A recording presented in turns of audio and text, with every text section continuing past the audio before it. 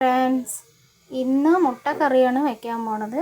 അതിന് ആവശ്യമുള്ള സാധനങ്ങൾ: ഒരു സവോള 2 മുറിച്ച് വെച്ചിട്ടുണ്ട്, ഒരു പച്ചമുളക്, ഒരു തക്കാളി, ഇഞ്ചിയും വെളുത്തുള്ളിയും ചെറുതായി നുറുക്കി വെച്ചിട്ടുണ്ട്, കറിവേപ്പിലും മല്ലിയിലയും.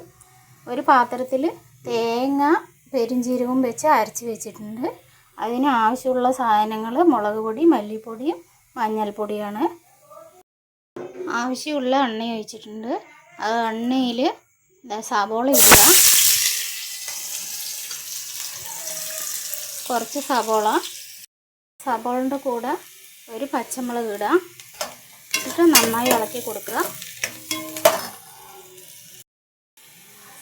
സവോള നന്നായിട്ട് ഇങ്ങനെ ആക്കിയാൽ മതി. ഇങ്ങനെ ഇളക്കി കൊടുത്തിട്ടിരുന്നാൽ ചെറുതായിട്ടൊന്ന് മൂപ്പിച്ച് ഇങ്ങനെ എടുക്കാം. എന്നിട്ട് അതിൻ്റെ കൂടെ ഇഞ്ചിയും വെളുത്തുള്ളിയും പൊടിച്ച് ഇങ്ങനെ വെച്ചിട്ടുണ്ട്, ചെറുതായി കുഞ്ഞായി നുറുക്കി വെച്ചിട്ടുണ്ട്. അതിനിട്ടിട്ട് ഇളക്കുക.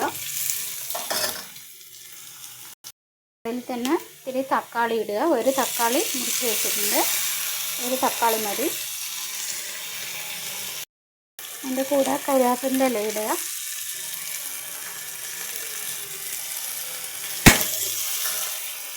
അത് നന്നായി മൂപ്പിച്ച ശേഷം മല്ലിപ്പൊടി, മുളക് പൊടി, മഞ്ഞൾപ്പൊടി ഇതിലിടുക.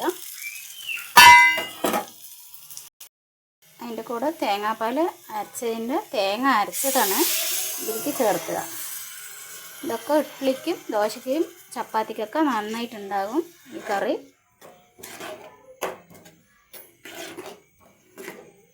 ഇനി ഇതിൻ്റെ കൂടെ 4 കോഴിമുട്ട പൊട്ടിച്ചൊഴിച്ചാൽ ഇങ്ങനെയായി കറി. ഇതിൻ്റെ ആവശ്യമുള്ള വെള്ളം ഒഴിക്കുക.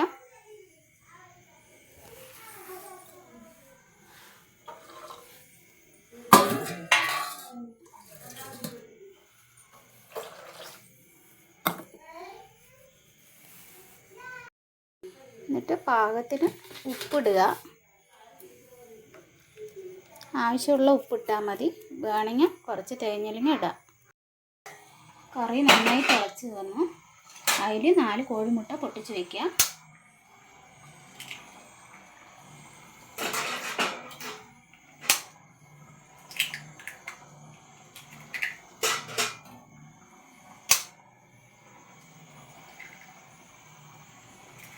കോഴിമുട്ട പൊട്ടിച്ചൊഴിച്ചതും ഇളക്കാൻ പാടില്ല. കുറച്ച് കഴിയട്ടെ ഇടുക. അങ്ങനെ മേലെ ഇങ്ങനെ മല്ലിയില ഇട്ടിട്ട് നന്നായി മുട്ടക്കറി, അടിപൊളി മുട്ടക്കറിയായി.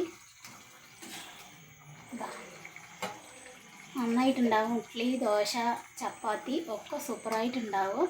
കഴിച്ച് നോക്കുക. ഇങ്ങനെയാണ് ഞങ്ങളുടെ വീട്ടിലൊക്കെ മുട്ടക്കറി വെക്കുന്നത്.